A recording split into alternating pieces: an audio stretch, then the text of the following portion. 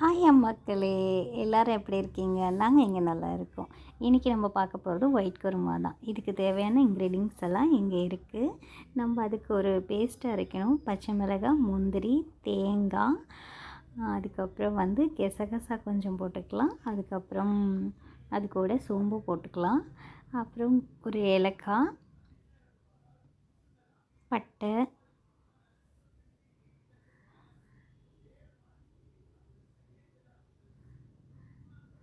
இதெல்லாமே நம்ம போட்டுடுவோம். போட்டுட்டு ஃபஸ்ட்டு நல்லா பேஸ்ட்டாக இதை அரைச்சிக்கலாம். அரைச்சி நம்ம ரெடியாக வச்சுக்கலாம். ஓகேங்களா? அடுத்து நம்ம தாளிப்பு பார்த்துருவோம். ஒரு கடாய் வச்சுட்டு நம்ம அதில் எண்ணெய் ஊற்றிக்கலாம்.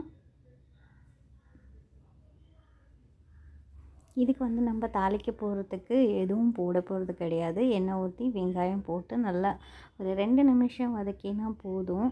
அதுக்கப்புறம் நம்ம நறுக்கி வச்சுருக்க எல்லா காய்கறியும் போட்டுடலாம். காய்கறி என்னென்னா கேரட், பீன்ஸு, உருளைக்கிழங்கு, அதுக்கப்புறம் தக்காளி, அதுக்கப்புறம் கொஞ்சம் இஞ்சி பூண்டு பேஸ்ட்டும் போட்டிருக்கேன்.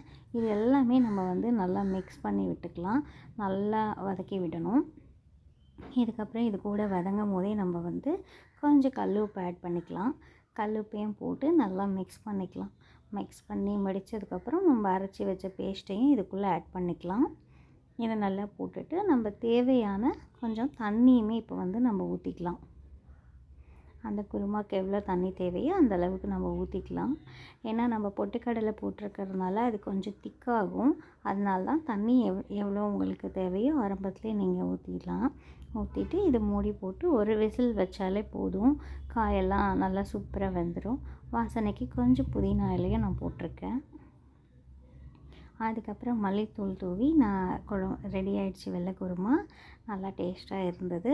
பட் ஆனால் கொஞ்சம் உப்பு ஜாஸ்தி ஆகிடுச்சு எங்களுக்கு. நீங்கள் டேஸ்டியாக உப்பு கொஞ்சம் போட்டுக்கோங்க, உங்களுக்கு டேஸ்ட்டுக்கு தகுந்த மாதிரி.